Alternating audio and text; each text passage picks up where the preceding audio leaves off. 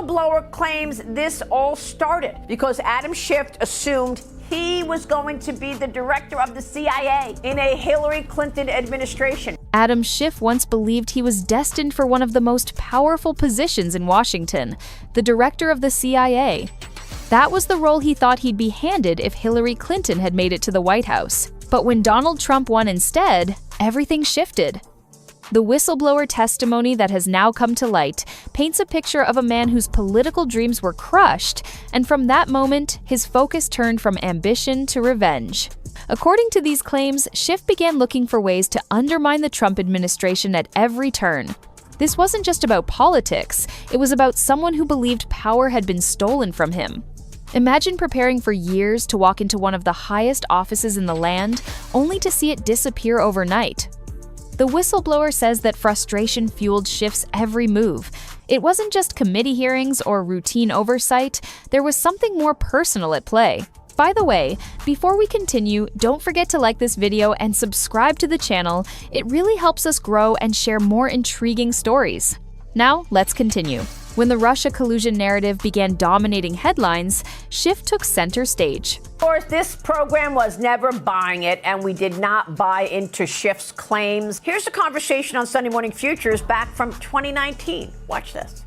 The Democrats have made the mistake of staking the credibility of all this on Adam Schiff. The person that they put in charge of this investigation turns out is the one that helped start it by meeting with a person who walked out of Adam Schiff's office and became the whistleblower. And at the very same time that that's happening, as you mentioned, now there's an Inspector General report that comes out that says during the last impeachment hoax, the Trump-Russia one, Adam Schiff repeatedly made false statements to the American people about the FBI's actions. To him, it wasn't only about investigating alleged ties between Trump and Moscow. It was about proving a point, keeping the pressure on, and according to those who worked closely with him, using his platform to try and undo the election result that had shattered his own career plans. That's where the story begins to unravel, and things only get darker from here. Scandal after scandal began to swirl around Schiff, and soon the spotlight shifted to something even more damaging: allegations that he leaked classified Russiagate intelligence. This wasn't just gossip whispered in the halls of Congress. These were serious claims suggesting that he shared sensitive information with the media to keep the collusion story alive. The Department of Justice, according to reports, wasn't looking the other way anymore. They were said to be digging deep, reviewing evidence, and even considering accountability measures against some of the most powerful figures in Washington. The timing couldn't have been worse for Schiff. He was already being hammered by critics who accused him of misleading the public during the Trump investigations, and now leaks of classified material were being pinned directly to his name. In Washington, leaking isn't just bad form, it can be a crime that threatens national security. You know, Adam Schiff was certainly out and about a lot throughout the last 3 years saying that there is collusion in plain sight. And now we get the IG report and we actually see the misconduct and what they call errors, fraud, whatever you want to call it. What is your reaction to what you learned from Michael Horowitz? It wasn't just that Adam Schiff was out and about. He put out a report that said there was no FISA abuse by the FBI. That was false. He said that the FBI didn't fail to turn over exculpatory information. That was false. He said that the Steele dossier was not a central part of the FISA applications against Carter Page. That was false. Schiff's opponents seized on this, arguing that he crossed the line from politician to manipulator, using information that was supposed to be protected by law as a political weapon. For years, many Americans had trusted Schiff as the face of the Russia investigations, but suddenly the image of a serious, no-nonsense lawmaker began to crumble. The story wasn't about protecting democracy anymore. It was about whether one man, fueled by anger and ambition, had put his own goals above the nation's security. And that's when people started looking back at what he had been saying on television, and the cracks became impossible to ignore. Back in 2019, a clip from a Sunday morning news show raised eyebrows, and it's even more explosive when viewed today. Whistleblower claims this all started because Adam Schiff assumed he was going to be the director of the CIA in a Hillary Clinton administration. Of course, President Trump won, and those dreams were dashed. But how could Adam Schiff deny this when we have it on tape? He being, at the time, either the chairman of the intelligence community or later the ranking member of the intelligence committee in the House. In that interview, critics warned that Democrats had made a huge mistake by putting their credibility in Adam Schiff's hands. He wasn't just overseeing the investigation, they argued. He was directly tied to the very whistleblower who helped ignite the impeachment drama. The whistleblower, according to these reports, had walked out of Schiff's office before filing the complaint that shook Washington. At the same time, another storm was brewing. The Inspector General's report on the FBI's actions during the Russia investigation had just been released, and it didn't look good for Schiff. For years, he had been the loudest voice insisting that Trump's team colluded with Moscow. He repeated it on television, he framed it in official hearings, and he spoke as if the evidence was undeniable. But the IG report told a different story. It described misconduct, errors, and what many called outright fraud in the handling of the investigation. For Schiff, this meant a brutal contradiction. On one side, his public statements about collusion being in plain sight. He's over there on Chuck Todd and all these other Sunday shows saying that collusion between Trump and Russia is in plain sight. How do you deny that after you said that with the role as chairman of Intelligence Committee? Well, first of all, I think that I'm so happy this is finally coming out and we actually have proof. And the number one thing that I think is different this time is the fact that the 302 report is now unclassified. And so Congress does have the information and the proof to back it up. On the other, an official government report revealing flaws and abuses that undermined everything he claimed. Suddenly, the carefully built narrative began to collapse, and his credibility, once the strongest weapon in his arsenal, was under attack from every angle. It wasn't just about what Schiff said on TV. He went further. He actually put out a written report that flat out denied FBI wrongdoing. In that document, he claimed there was no abuse of the FISA court, no failure to hand over critical evidence, and that the Steele dossier wasn't central to the FBI's spying on Carter Page. But here's the problem. Every one of those statements turned out to be false. The Inspector General's findings shredded Schiff's claims, showing that the FBI had, in fact, withheld exculpatory information and leaned heavily on the discredited Steele dossier. This wasn't a small mistake, it was a pattern of misleading the public. Schiff wasn't just spinning a narrative. He was putting his name on official documents that denied the very abuses investigators later confirmed. To critics, it looked like he was less interested in transparency and more interested in covering up failures that benefited his side of the political fight. And just when people thought the scandals couldn't pile up any higher, another bombshell landed. Reports surfaced that Schiff was being investigated by a grand jury for mortgage fraud. For a sitting lawmaker, even whispers of financial misconduct were devastating. But while the mortgage fraud story captured headlines, another revelation was about to take the spotlight, and this one came directly from inside his own former staff. That revelation came from none other than Kash Patel, who declassified FBI documents containing testimony from a longtime Democratic staffer on the House Intelligence Committee. This wasn't just any staffer. He had over 2 decades of experience in the intelligence community and spent 12 years working side by side with Schiff's team. His testimony painted a damning picture. According to him, Schiff had convinced himself that Russia had hijacked the election and that the United States was facing nothing less than a constitutional crisis. And instead of working through the proper legal channels, Schiff allegedly decided that leaking classified information was a way to topple the administration and restore what he thought was order. The whistleblower's account didn't stop there. He claimed that when he refused to take part in this scheme, he was fired. Had so much impact. This ripped our country apart. What about the fact that it put a sitting president on defense? Every time he went anywhere, he had to say, I did not collude. What about the fact that it put his administration in jeopardy because so many people weren't sure if he did something wrong and they didn't want to join the administration? What about the rest of the world who looked at this and said, wow, did Donald Trump cheat and gain the election through collusion with Russia? I mean, there were so many elements that this made-up story from the Hillary Clinton campaign generated.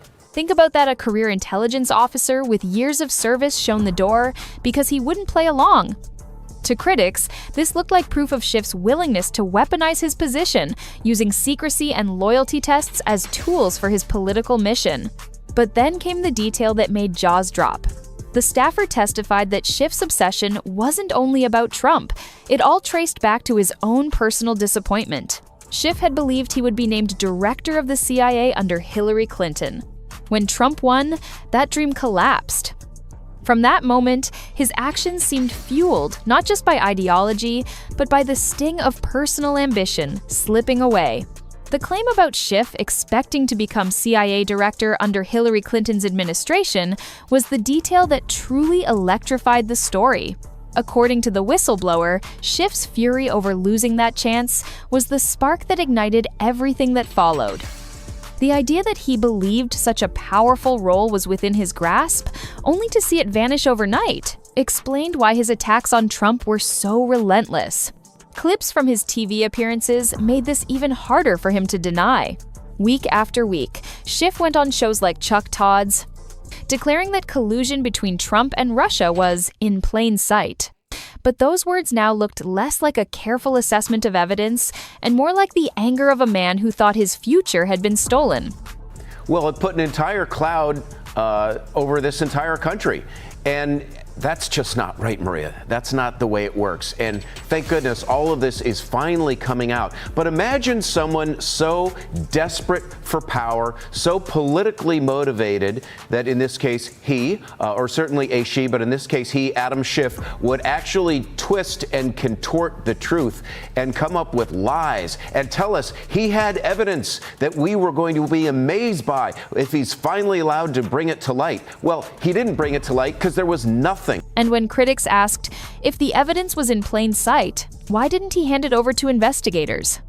There was no clear answer. This wasn't just an accusation whispered in private circles. The unclassified 302 report now gave Congress the proof, making it harder for Schiff to brush off the story.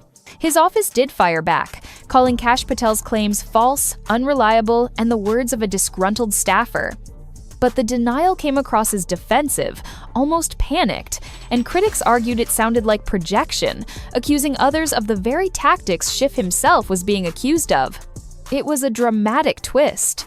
The man once trusted to guard the nation's intelligence now stood accused of twisting it to settle personal scores.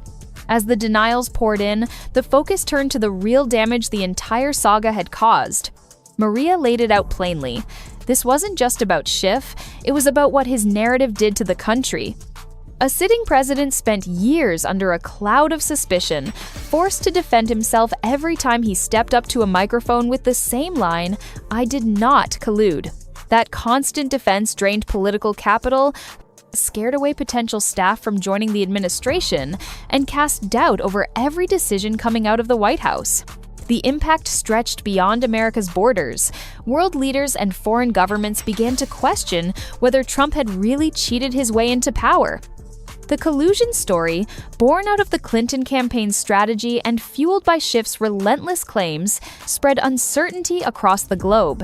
It weakened America's standing and made allies hesitant. The idea that an election might have been rigged wasn't just political theater, it was a shadow cast over the credibility of the entire system. And for ordinary Americans, it left years of bitter division. Families, friends, even co-workers split into warring camps over whether Trump was guilty or innocent. Maria's words cut through the noise. A made-up story had ripped the country apart. Imagine the desperation it takes for one politician to cling to power so tightly that they would bend the truth, insist they had evidence they never showed, and drag the entire nation through years of chaos. And even when the investigations ended, Schiff still refused to let go. Even after multiple investigations wrapped up and declared there was no collusion, Schiff kept the fire burning. He went back on television again and again, repeating the same line, "Evidence of collusion is in plain sight." But the question everyone asked was simple. If that evidence was so obvious, why didn't he hand it over to investigators? Why wasn't it presented in court, in hearings, or in any official report? The truth is, he never produced it. Instead, the narrative dragged on for years, shaping headlines and fueling partisan battles. While America faced real challenges, immigration, national security, looming budget fights, much of the political energy in Washington was wasted on a story that had already collapsed under scrutiny. It wasn't about finding answers anymore.